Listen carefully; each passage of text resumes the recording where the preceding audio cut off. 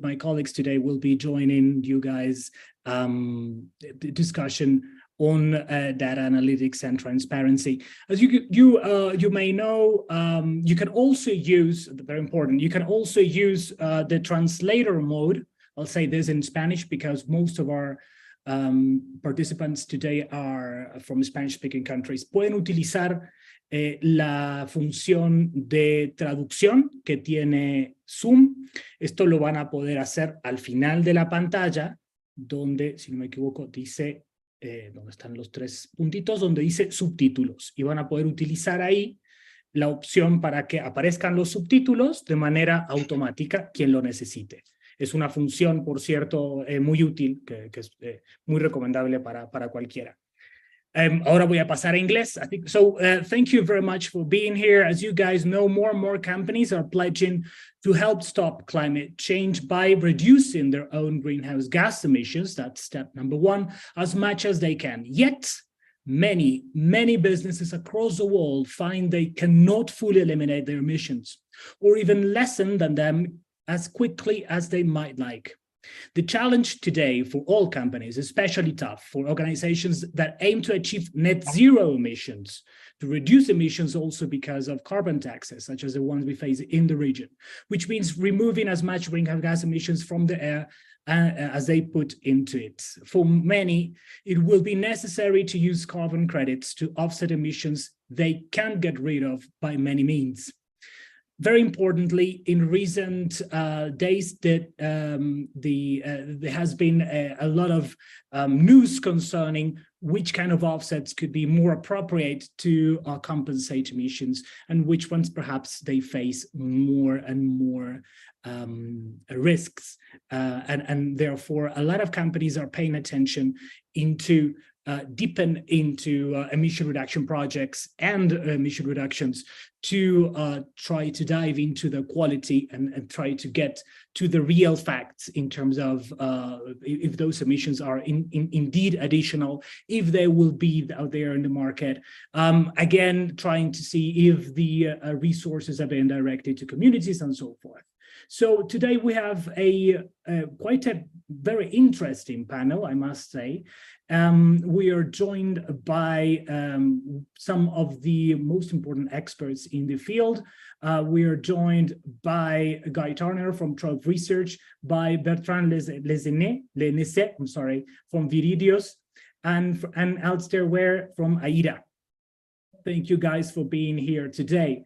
I'll make a brief introduction for you guys, reading your bios, and then we'll jump into each of you, starting with you, Bertrand.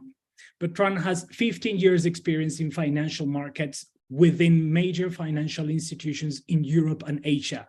And as an independent portfolio manager, his expertise is anchored in a unique cross-section of quantitative finance and technology for the fixed income, commodities, equities, and natural capital asset classes. He has a master's degree in computer science and a certificate of quantitative finance.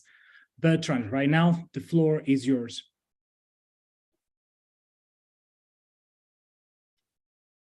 Yes. Buenos días a todos. En primer lugar, gracias por invitarme a este webinar y es un placer explicar lo que hacemos en Viridios AI y compartir nuestra visión sobre los mercados de carbono. Perdón. Good morning, everyone. It's a pleasure to be here and to explain a little bit what we are doing at Viridios AI and to share our vision around carbon markets in general. I'm happy to share the slides. Maybe that's good, if you don't mind, Eduardo, because I may skip some of the. Can I? I think we can see it. We can see it very well. Okay. We could right now. Yeah. Okay. Let me know if you. I think you can see it, right? Yes, we can. Okay. Cool. Let me make this full screen. It's going to be more proper. Okay. Here we go. Viridios AI, what do we do? So we enable any carbon markets participant to make the most informed decision. What do I mean with that? So what we do essentially is we aggregate, normalize, curate, produce, and organize data. We also develop models and analytics, models which are trained, typically AI models which are trained upon this data, and analytics which are aggregation around this data. And we present all of this in a standardized and in best-in-class platform with hopefully the best user experience possible. What we don't do, we don't make recommendations. We don't ask you, we don't advise you on how you should organize your how you should build your carbon credit portfolio. But what we do is we are trying to equip you with the best tool to do that.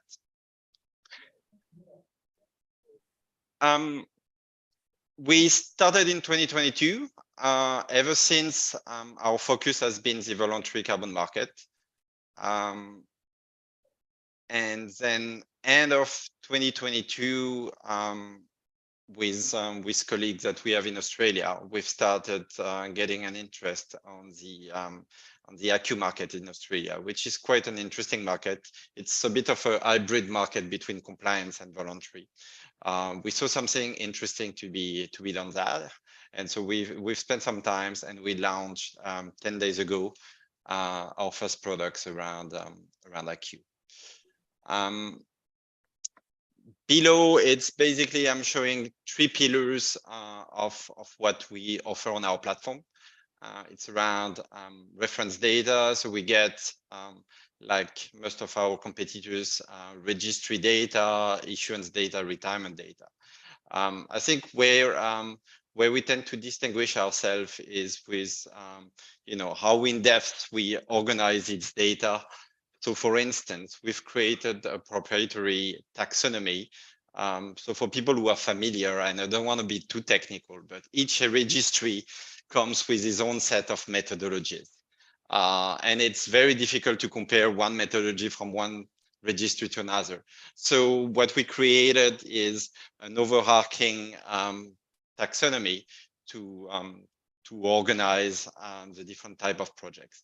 Then there are other people doing it, but I'll talk a bit more about it later on why our approach differs. Then another thing is we view as co-benefits and classified by the United Nations as Sustainable Development Goals as something very important in the carbon markets. So we've done a bunch of work around SDG assessment. And then we also do a lot of work around eligibility into standardized contract, be it CBL contract, CORSIA, ACX eligibility. Then obviously we do, and that's the other co-founder of Viridios AI. Both of us come from mathematical finance background, so it was very natural for us to spend a lot of time around pricing. We've been launching more than a year ago pricing that we call MARCS, which is a fair value pricing for project at the vintage level. We've got also a product which was created prior to that, which is an AI model that allows you to price hypothetical scenarios and things which may not, a project that may not even exist or that may not even be traded. And then the third pillar is really analytics and market access. So we've created, for instance, a model, what we call a similarity model, that allows you to calculate the similarity score to compare projects to show how similar or how dissimilar they are. We have a proxy pricing model. I'll hopefully have a bit of time to talk more about this. As opposed to the AI models that I mentioned earlier, this one is an aggregation model. It's a methodology built on top of MARCS. So on top of traded price, you'll get much more accurate pricing, and that we launched it recently. We provide a lot of market overview dashboards around issuance data, retirement data. We get a lot of demand for these kind of things. It often helps to justify strategy for corporates. And then finally, we provide or we enable market access. So we've got partnerships with a lot of interdealer brokers. And then on every project page and in many places in the platform, you can basically click, oh, I'm interested in this project. And you can send a request for quote to these brokers. The email leaves the platform and we are not in the loop. So it's important for us. We are just enabling the connection with broker, but we don't take a clip on that transaction. That's not our business at all.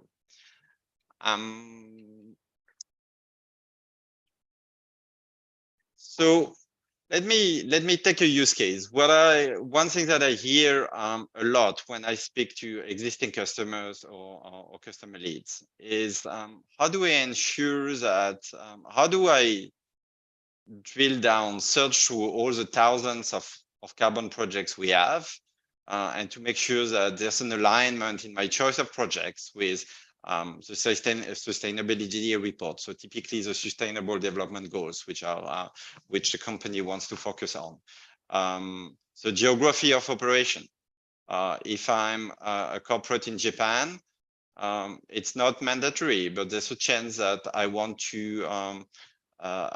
some of the carbon credits to be issued from Asia. Typically, Indonesia with a rainforest, be it Sumatra or Borneo. Project types. Some corporates have a strong appetite for technology credits, be it solar farms, these kind of things, and others only are interested in nature-based solutions.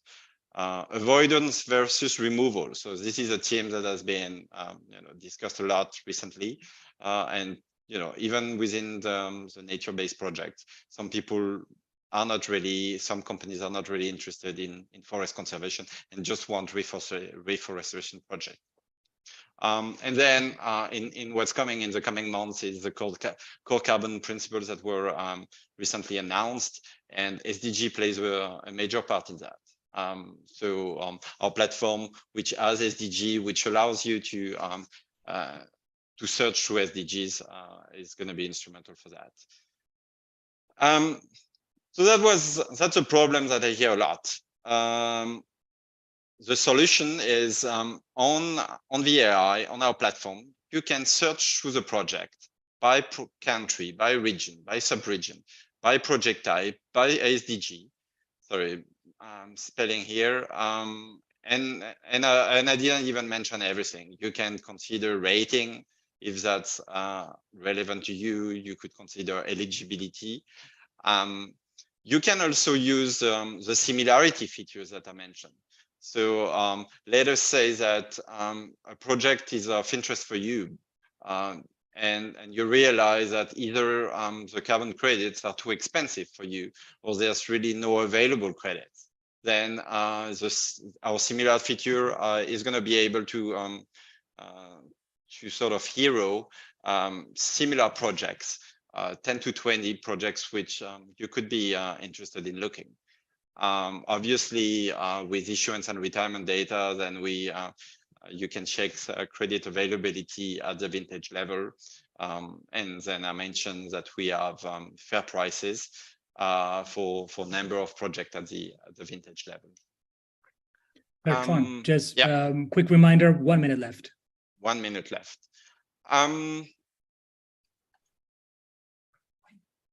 So for our taxonomy, we've decided to base it on how the carbon credits are created, rather than using a sectoral classification. So typically, for us, like methane emission avoidance can happen in agriculture, like improving manure, or it can happen also in industry, like coal mining, oil and gas. But for us, and that's reflected in our taxonomy, these two things are the same activity. because it's essentially the same process to eliminate and reduce emissions. We don't really believe in a taxonomy that goes by, you know, sectoral, industry kind of type.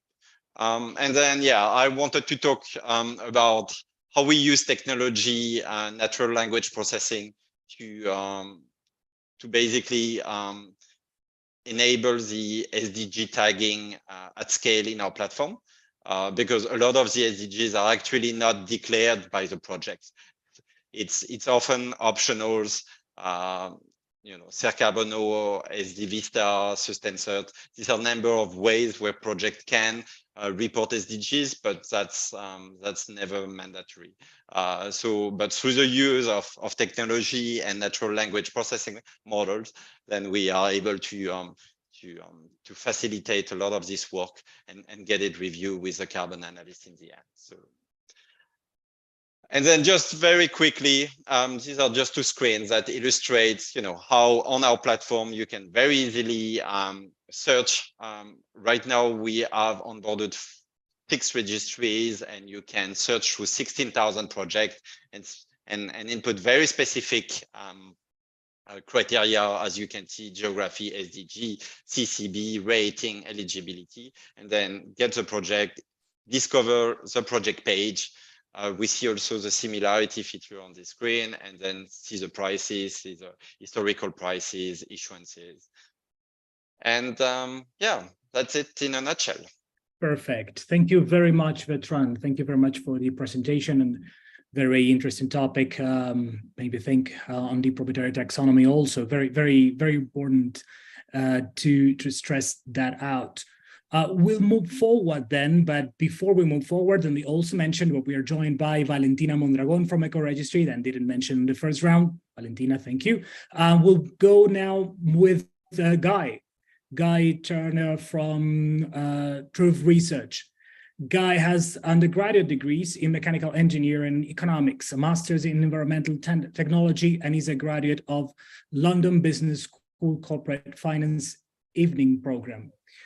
Guy has 30 years experience in research and strategy in sustainability and the energy transition. He spent his first 15 years in consulting, advising companies and governments on a wide range of sustainability issues. Guy, now we move with you. The floor is yours. Thank you, Eduardo. It's nice to be here, and welcome everybody.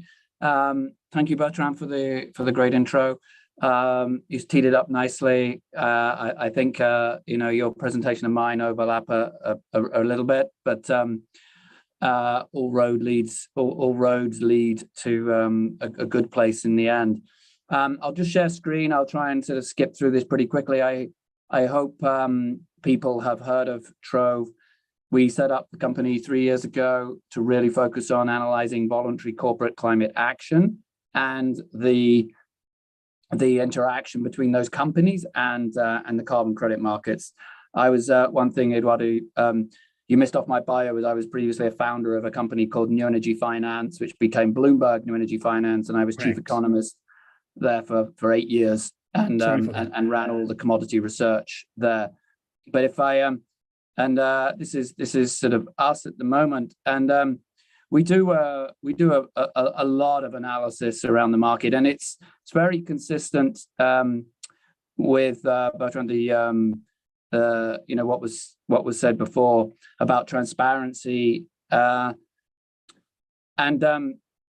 if I just click on going page down. Yeah, so we cover a lot of ground. We have about over 70 staff now around the world. We cover every single project, as the previous speaker said, across all the different registries, 10 plus. We have a very well developed taxonomy and classification system as well. We also track all the policy that affects the market around the world. We cover all of the OTC and exchange prices with our own 30 pricing indices. We also track the corporate climate, the action of the companies without which none of the traders and developers would have any business, because they're the ones buying the carbon credits. We know which companies are setting targets, We know which ones are on target, which ones are buying carbon credits, and which ones need to buy credits in the future. And that's sort of a system and a data platform that we've built up over the last 3 years, covering about 10,000 firms. We also launched more recently in a carbon credit integrity assessment system that we've been developing internally for the last 2 years. And that's really important because not all projects are equal. Unfortunately, a lot of people who've come from financial and commodity markets assume that the carbon credit is a completely single commodity. And unfortunately, in the carbon credit world, each project is different. It has different attributes and different valuation implications as well. So we assess 4,500 projects, and we also have a very detailed economic model based on geospatial and economic analysis that helps forecast where and when these projects need to come to market and how much they're going to cost to come to market. And that covers every country in the world. And it was built with a lot of academic input as well. So to this point about transparency, it's all available through dashboards and graphics and data sets, together with a lot of, quite frankly, hard work that very sort of hardworking analysts spend to stitch all of this stuff together. The transparency is absolutely critical. There's more work to be done, Eduardo, to bring more transparency, and we're working very hard in a number of areas.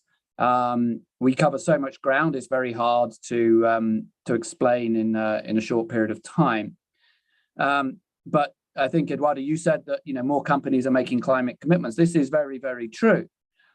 We released an article on our website, a blog yesterday, saying that actually, if you read the news stories, you'd think the carbon market was in decline.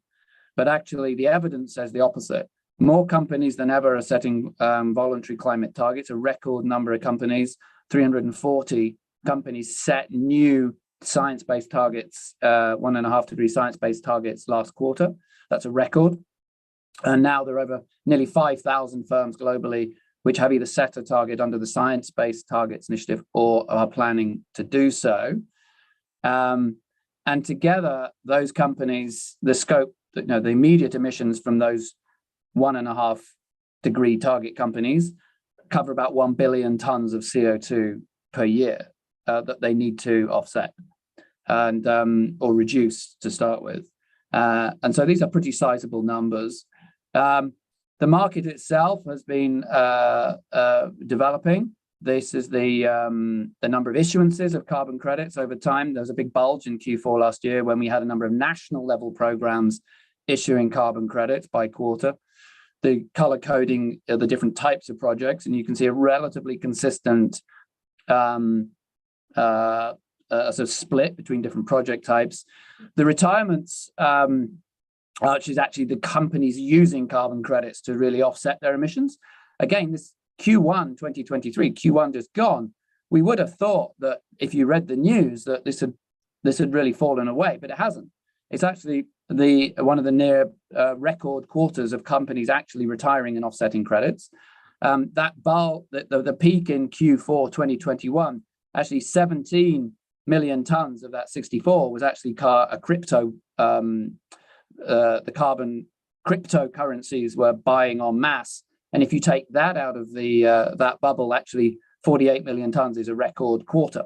And you would not believe that if you just read The Guardian and Bloomberg News and picked up on a couple of the other quite damaging anecdotes. But the implication of that, the increase in supply, has been a build-up in the surplus in the market, and now we've got nearly over 800 million tons of credits being issued and not being used. And that is an issue the market needs to think through, and not all of those credits will be bought by companies because they're quite old and perhaps of lesser quality. So there's a very interesting interplay between volume and quality and price, and that's something we spend a lot of time looking at. The implication for prices, this is our volume weighted average price curve that just goes back to 2021, and there has been some decline in prices. This covers all markets. So we have a very broad network of participants that we confidentially have access to information, plus exchange data. And, this shows a slight decline in prices since the start of Q2 of 2022 last year, but it hasn't fallen off dramatically. There have been shifts. So on our platform, we can show you all like the changes in prices between different types and regions and vintages and quality standards. And there has been some shift over time between those different drivers of demand. But on average, prices haven't fallen off as much as you would think if you read the news. So I think, it pays to sort of see what's going on in the market rather than just listen to the news stories.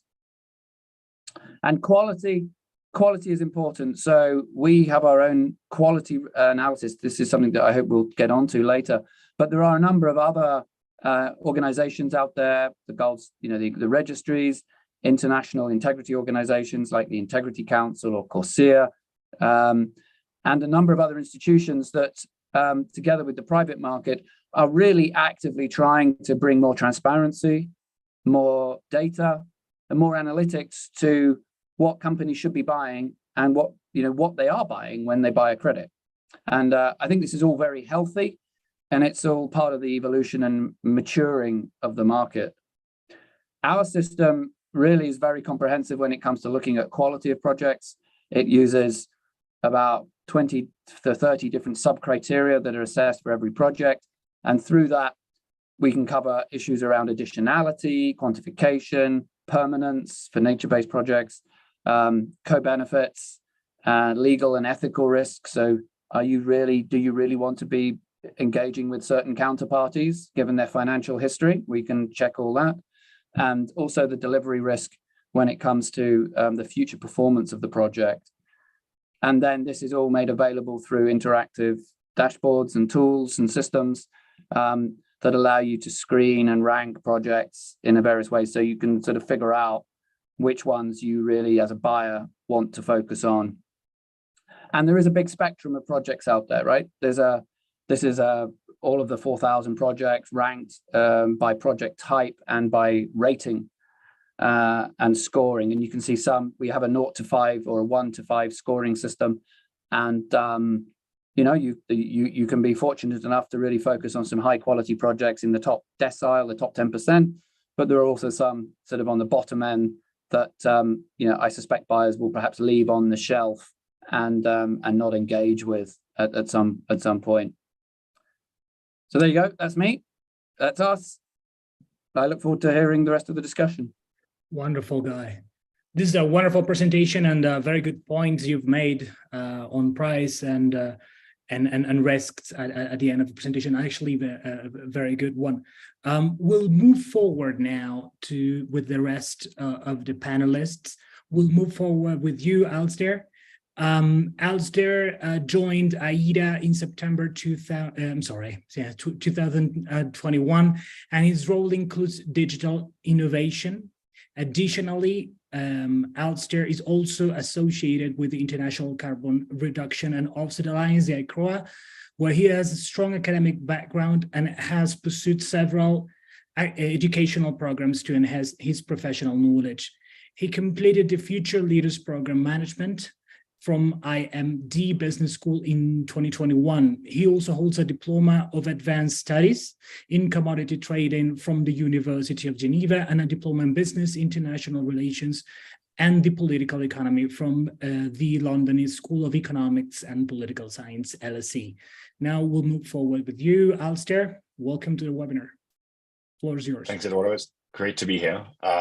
And thanks, Guy and Bertrand, for what's been a really informative session so far. It's great to hear some of the really valuable work you're doing in terms of providing the kind of much needed transparency and analytics to the market. So what I'd like to talk to you about today is Climate Action Data Trust, which is an initiative AITA launched in partnership with the World Bank and the government of Singapore back in December. This is something that's been in development for a number of years. It was previously called the Climate Warehouse while being developed at the World Bank and was handed off to an AITA-led secretariat back in December of last year. What we are really focused on is making data accessible. And doing that by connecting disparate registries, both national and independent, on a global basis. And I think we've heard from many people on this panel today, there are a number of challenges the market faces. Really lack of price transparency, although the likes of Bertrand and Guy are doing a great job in terms of resolving those issues. Lack of visibility into the life cycle, unclear links to NDCs. And so we went away and tried to address some of those challenges by creating a public good piece of infrastructure that aggregates and harmonizes carbon credit data from as many voluntary registries and national registries that are willing to participate. It's an open source platform using blockchain technology, whereby every registry owns and operates their own node, they publish their own data, they own their own data, all with the aim of making the market fully transparent and supporting the work that the likes of Guy and Bertrand are doing. And if we look at some of the big initiatives today that the market currently has, we've got the ICVCM, which is really focused on supply side, trying to define what a high quality credit looks like. And on the other side of that, you've got VCMI, which is trying to define credible claims. So what claims should a corporate be making? In the middle of that, we've got Climate Action Data Trust, which is really trying to facilitate both the work the ICVCM is doing to assess the quality of projects, but on the other side of that, assess the claims that are being made and making that all transparent. So having visibility into the full life cycle of a credit from origination to retirement. What we're trying to do, or how we're achieving that, is through a handful of kind of relatively novel approaches. One is defining a common data model. And so the World Bank for the last 3 years has worked very closely with voluntary registries and national registries to define a common language by which registries can all communicate, which at the moment is not necessarily the case. And so in order to create this kind of harmonized language of carbon, we've created this data model that I'll get into in a little bit. And just really making it very easy for market participants to have access to that data. Currently, I think Guy, Bertrand, you're both scraping registry data in most cases. In certain scenarios, maybe you've got an API linkage, which is very tedious. It's very time consuming, potentially cost and ineffective. And the registries today are not really set up to facilitate tens or hundreds of API connections. So we're creating this piece of infrastructure that allows everybody to get near instantaneous data via an API or through a kind of web interface. As a starting point, just really working with registry data. But later this year, we'll be launching something called the service layer, which is a way of surfacing information on pricing or ratings or other additional information that the market may find relevant. Just trying to make the access to data more seamless. If we look at, let's say, an iPhone today, you've got an app store and it's really easy for you to get access to that. I think what we're trying to do is really make the life of market participants as easy as possible. And we're doing that by creating this common piece of infrastructure as a public good. And so this is a really cluttered slide, but it kind of gives you a little bit of an indication in terms of where we fit into the ecosystem. You've got voluntary registries, national registries in the middle, you've got exchanges, and Climate Action Data Trust is really this piece of infrastructure that's trying to connect all the pieces of the puzzle together. So sitting between registries and exchanges, creating this way that information can flow throughout the market. And we've done that by creating an open source piece of infrastructure. It's on a public blockchain called Chia. It's incredibly environmentally friendly. It's incredibly secure. It's the world's most decentralized blockchain. We've historically had some concerns from market participants around the carbon intensity of blockchains. We've heard concerns around tokenization of carbon credits and there being potentially more carbon embedded in the token than there is actually related to the offset. And so the World Bank did a lot of work in terms of identifying what they thought was the most logical common piece of infrastructure. What we're also doing is really empowering the registry. So they own their own node, they publish their own data, they define exactly what data fields they publish, how frequently they publish it, and they can see and share everybody else's data. What we're also trying to do is make data more readily available. So hopefully moving in the future to a kind of near real-time data sharing, whereby as soon as updates take place within the registry, they're reflected within the platform. And so we've got this clear visibility into the entire market at any point in time. And so the platform is really kind of twofold. On the one side, we've got the data layer, and on the other side, we've got the public blockchain. And I'll skip that. This gives you a little bit of an overview in terms of some of the data fields that we're tracking here. There are 40 data fields, of which about 35 to 40% are required. The rest are voluntary, although we think that most registries will provide as much data as they can. We're certainly seeing a willingness to surface as much data as possible, which obviously makes everybody's life as easy as possible to do some of the analytics that's currently ongoing. And in order to get traction and support, we've obviously engaged with a number of governments. In terms of the establishment of the organization, we have a governing council, which is made up of representatives from Singapore, the UK, Senegal, Bhutan, Chile, and Japan on the national side, and then representatives from some of the voluntary standards like ACR, VERA, GCC, and Gold Standard. The reason for this, in terms of why have we engaged governments, we recognize going forwards that a lot of information is going to be coming from national registries. If you look at data today, we've got arguably 4 major registries that cover 95% of the market, and then an increasing number of new voluntary registries that are popping up. But over the next year or two, we're going to see an abundance of national registries. And so eventually we'll end up with 100+ national registries, potentially hundreds of subnational registries, which makes it almost near impossible for any one market actor to connect to all of them. And so having this engagement at the national level really makes it easy for us to get adoption.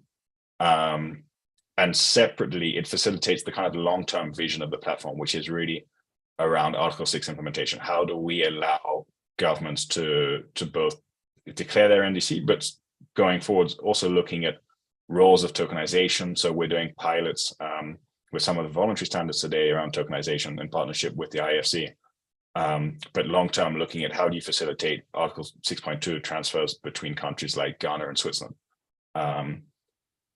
And so we've been piloting, as mentioned, with eco-registries as a starting point. And so we completed those pilots 2 weeks ago, but we'll continue to work with voluntary registries as they engage with the platform as well, national registries as we have more of them onboarded.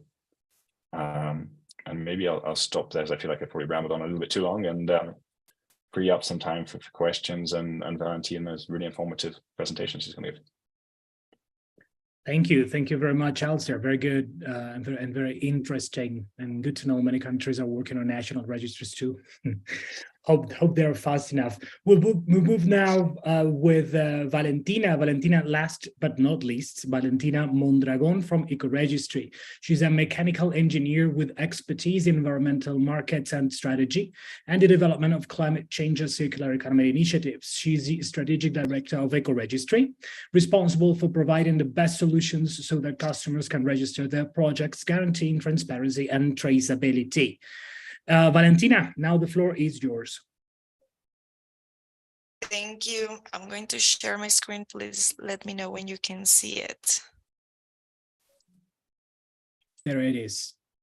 Can you see it? Okay, perfect. Yes, there it So goes. first of all, I'm very excited to share this space with people from such incredible organizations. AIRA, Viridios, Mexico, CO2, and Trove. They're amazing organizations, and I really admire the work you do. So I wanted to talk to you about the work we do in Ecoregistry.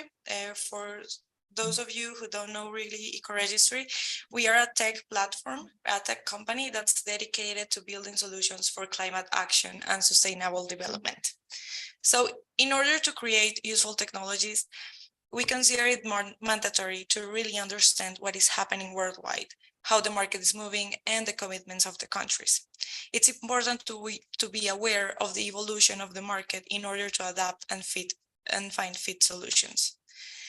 Because we're going to talk about the importance of registries on an international level, as information supports to identify our achievements in line with the Paris Agreement, I will do a small recap of Article 6. So Article 6.2, we have that cooperation, 6.4, it's the international transfers, and 6.8, the non-market approaches. So this is very important because what they have in common is that information needs to be exchanged in order to generate reports following a clear set of defined rules and provide inputs to the definition cycles of the NDCs every 5 years. Okay. So there are many countries worldwide that have already implemented or are under schedule ETS, emission trading systems, carbon tax, or both. And these types of solutions will demand a robust registration system with data management for a successful implementation. We see then that countries are required to develop advanced information systems, in this case, registry systems, where climate action information is managed. For example, for the reporting of the NDCs or the biennial transparency reports, here interconnectivity is key to sharing information and having the traceability. Also, the supervision of mitigation and adaptation projects, the greenhouse gases emissions accounting, and the system scalability. This for us is very important since we are very focused on high-tech solutions. So how to define a system that can provide a robust and secure access to this information from many different countries, from many different organizations at the same time.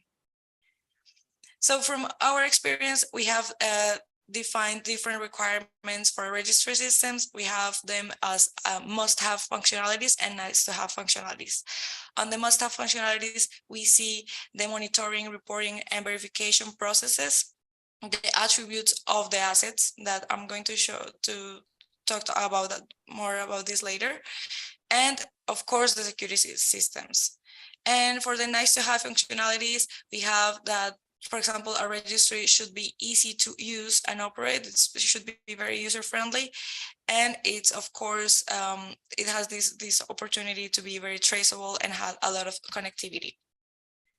So let's picture how a traditional MRV process looks like at the moment. For economic activities, GHG projects, country parameters, right now the monitoring is being done through online forms, Excel sheets, emails, and sometimes manually. And this can be an issue because the information is not standardized. It's also not very efficient, it's very time consuming, and might be very difficult to scale. The reports are done by a group of people that analyzes the manually collected data and make the decisions about it.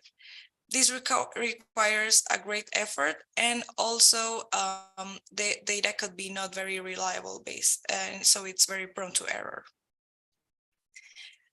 So we really encourage these digitized monitoring, report, and verification processes because with real-time measurements through tech solutions or tools like the Internet of Things and measurement equipment, they can help collect reliable data. So this is it's very important for this to define measurement standards from the beginning.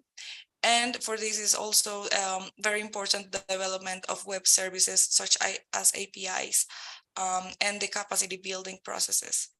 But this is a process that it's way easier to scale, and the reporting can be done through cloud-based mechanisms and well-defined interfaces. So the reports can be automatically generated for decision makers in real time. So I wanted to, this is a little bit overwhelming and it clashes a little bit with what Alasdair already presented, but I wanted to talk to you a little bit about this. So on EcoRegistry, we track the credits where they come from and where they go to. And we are working on the implementation of tracking and of financial tracking and transparency. We use blockchain technology because we believe on its different capabilities, for example, on immutability, uniqueness, transparency, and decentralized operation. So we are very focused on connectivity. We are looking here at a very confusing graphic. But what I want to show you is that we are building, we're looking to build a model in which different platforms can exchange information between them. So the digitized monitoring system here are taken into a climate assets service bus with a standardized information sharing system to share information between national and international registries and also private and public platforms, for example, such as the Climate Action Data Trust. For this, we need data collecting processes, information storage processes, and information sharing processes for platforms to use this data for what they need, and hopefully for analyzing and reporting as well. And here is a little bit more about the security and information standards that are very important to Ecoregistry. We have a platform that complies with the ISO 27001 with very good UX practices, periodical ethical hacking, and auditing processes on software best practices and functionalities. This is very important. We think this is very important to share information with other registries and platforms. And as I mentioned before, I want to talk to you more about the attributes identification. These are the ones that we use in Ecoregistry. So for example, we think it's very important that creates vintage, the SDGs if the project is SDG compliant. And this is also very important for the MRV process. The credit type, or maybe the asset type, if it's a carbon credit, if it's reduction, removal, if it's a biodiversity asset, if it's a renewable energy certificate, and so on. And I think one of the, also if the project the project is nature-based or tech-based solution, but also the end use of the credit. So we define on our platform whether each serial number that it's generated is eligible for CORSIA, or maybe for a Colombian carbon tax, or Querétaro's carbon tax, or ATS system. So this is how it looks at the moment of the platform. So here on the right hand, you can see, on the left hand, you can see the serial number of the credits that have been issued, the vintage, and on the right hand, you can see if the project is eligible for a different use other than the voluntary market. Sorry, just give me 1 sec, please. So here I wanted to show you also the retirements. We can see that Ecoregistry asks for all the required documentation or information to do the retirements of the credit. This is to ensure that there is no overlap between end beneficiaries. So we clearly define who the end beneficiary of the credit is. So we input the information here on the left side, as you can see, and on the right hand, you can see the end beneficiary next to the QR. You can see also on our retirement certificates the name of the project, the serial numbers that have been burned from the blockchain, and on the right hand you can see also the stamp of the final use. In this case, is voluntary compensation, as I mentioned, can be also Colombian carbon tax, Querétaro's carbon tax, and I wanted to mention this at the end just to give you an overview. We are developing, we are working with georeferencing algorithms to ensure there is no overlap between land use projects, because we know this is a pain in the market at the moment. And we are also building solutions for biomass quantification using drones. So this is what I wanted to share with you, and thank you so much for listening. Please let me know if you have any questions, and yeah, thank you. Perfect, Valentina. Thank you very, very much. Very interesting presentation, and good to know everything also happening in the region. I'd like to thank all panelists. Very interesting presentations. I do think that it's a lot of information for the participants today in the chat. I'd like to remind everyone to make your questions at the bottom of the screen, at the question functions. Please do them in English or Spanish. Doesn't matter, we'll translate them. And please do, we only have a couple of minutes left. I do have a couple of questions to begin with, and this one is an open question. Perhaps one or two of you guys could answer. How do you think transparency could be improved in carbon markets today through data analysis? And perhaps maybe if you could elaborate also in the use of data analysis in the calculation of emission reductions, that could also be useful. Who'd like to begin? Oh yes, Bertrand. I think you're on mute. Sorry, yeah.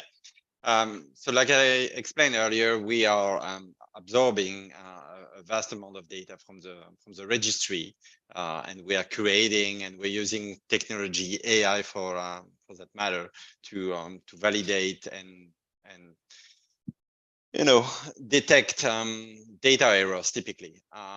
And I would say that when we started this process 2 years ago, the registry were not very responsive. But we start seeing a trend in the last couple of months, maybe 6 months, I would say, where we get more consistent answer. So I think the Verra, the gold standard ACR car of the world, and Eco Registry, but we have not onboarded them yet, are responding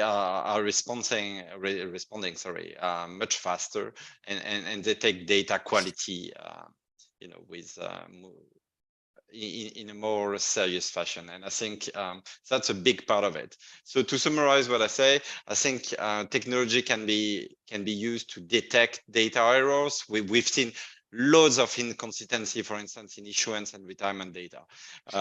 Retirement data for a certain vintage, which is much higher than issuance. That's obviously not possible.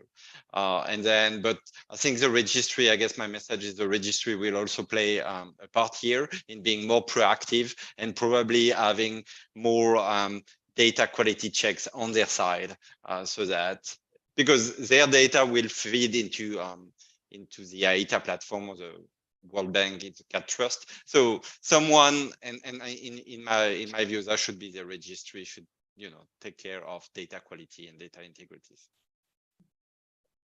Wonderful. Anyone else? Yeah, I'd love to jump on what Bertrand just said. I mean, I think there's a common perception that we have transparency in the market, but I would argue that transparency isn't having a 300-page PDD hidden away in some registry. We've got to rethink the way that data is provided by project developers to registries and the way by which that data is analyzed by verifiers and third parties. It's not an easy task. And as Bertrand said, we're seeing a willingness from the registries and the standards to rethink the way that they handle data. But I think there's a long way to go for us to improve and make that data truly accessible, such that we're not dependent upon machine learning to read through hundreds of pages of really kind of dense documentation. I think totally agree with that comment. If I could just add one more sort of dimension to this answer, and that is, we're very much talking, and we've spoken today very much about tracking the supply of carbon credits, the generation, the source, the issuance, the retirements. And I think, Valentina, you sort of like, you have some entries for the retirements as well. But also the other angle is the use case for these credits as well.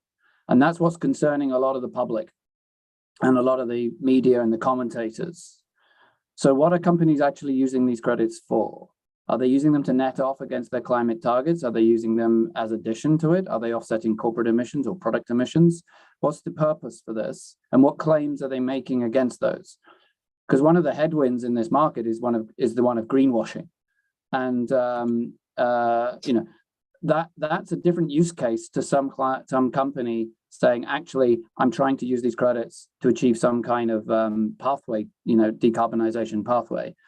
And I think, something that we're very focused on in Trove is trying to understand and model, how companies are using credits and the claims that they're making against them. And if we can quieten that and bring down the discourse and agree the use cases, which is something like, so I was one of the founders of the Voluntary Carbon Market Integrity Initiative, which tries to sort of understand and put in place guidelines on how companies should use carbon credits, when they should use them, and what they can claim against them.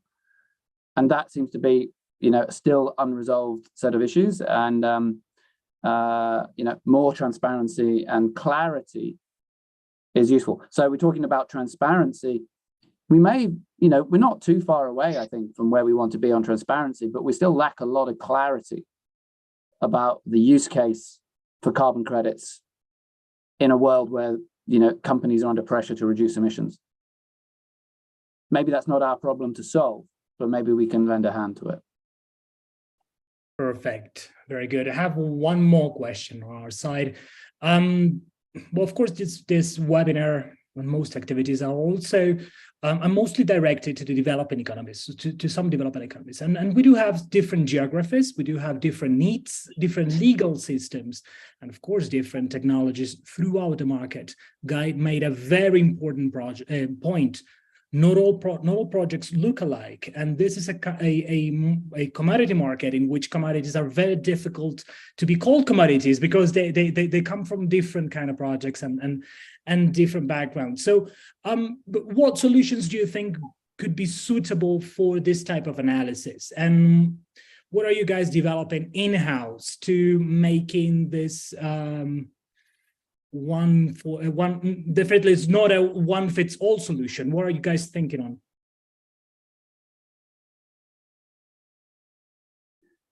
Well, I think it sort of comes back to that the heterogeneity of the supply, and there are so many different project types, and they satisfy different needs. So we have it's not a homogeneous single commodity. We have Microsoft willing to pay ridiculous amounts of money, or a lot of money, for very sort of highly engineered removals to take CO2 permanently out of the atmosphere. And a number of other companies are doing that as well. Climatically, that has the same effect as not putting CO2 into the atmosphere, which can be done at $5, $10 a ton. So climatically, those two things are equal, but they're perceived in very, very differently because they're very different. The value to the investor or the buyer is very different. And then you've got nature versus non-nature. We've talked about the SDGs, we've talked about all the other different attributes. And I think that's what makes this market so interesting, is that it does fragment very quickly into very different sub-markets for different needs. And I came out of many, many years of compliance markets, 15 years of building and designing and trading in compliance markets like the European Emissions Trading Scheme. There was only one commodity, and that was a ton of CO2. The voluntary market is a ton of CO2 plus a lot of other things. So, it's a really interesting space for that reason.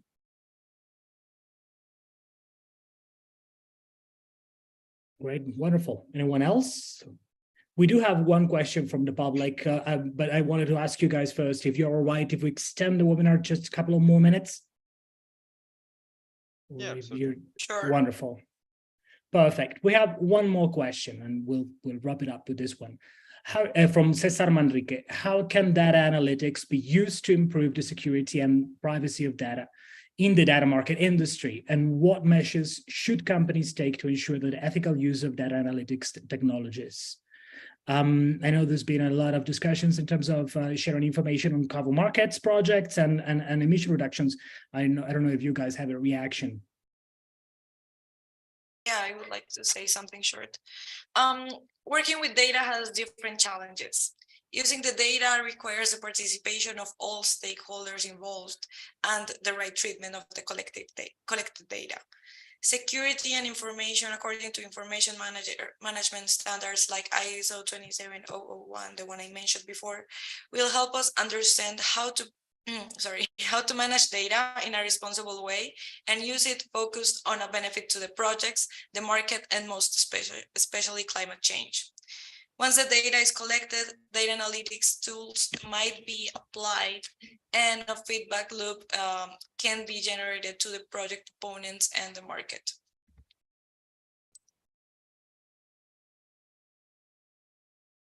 Great. Anyone else?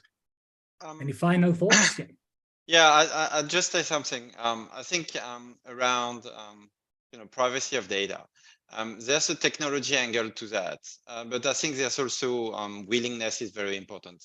And I was discussing recently with someone that we at least some projects tend to apply double standards when it comes to privacy of data. For instance, Cooksoft projects, we typically work with local communities, keep a list of contacts of families in the community where the Cookstoves have been deployed. But this list of with private data, we're not really, we're just flying around in an Excel and not treated with sufficient care. So I think, and we know how to, we have the technological means to protect this data, but it starts with willingness. I think we need to be very conscious that these are, as much as privacy of data is important in the global West, we should apply the same standard when it comes to the global South. Wonderful, Bertrand. Thank you very much. I believe that we're going to follow with a wrap-up. Information is key for all companies in the carbon market and not only buyers. Access to information and transparency seem crucial for all market participants. Offsets are a unique commodity, as Guy mentioned, that there's definitely not equaled, and there is no one-fits-all solution. And it is unlikely that all market participants will be involved with the same amount of information at the same time. So spreading information throughout the market, it's one of the key topics for the forthcoming years. The key word, I do believe, it's pragmatism. Bearing in mind that there is an increasing need of traceability and transparency, but we all know that projects are different, countries are different, legal systems are different. It's been my absolute pleasure. Guy, Bertrand, Alistair, Valentina, thank you very much. The video of this webinar will be available on the Eco-Registry channel, and all questions in the question and answers section will be answered promptly. Thank you very much, Eco-Registry. Thank you very much for the invitation and time. Stay tuned for more webinars on this channel, and thank you very much all. Have a great day. Thank you very much.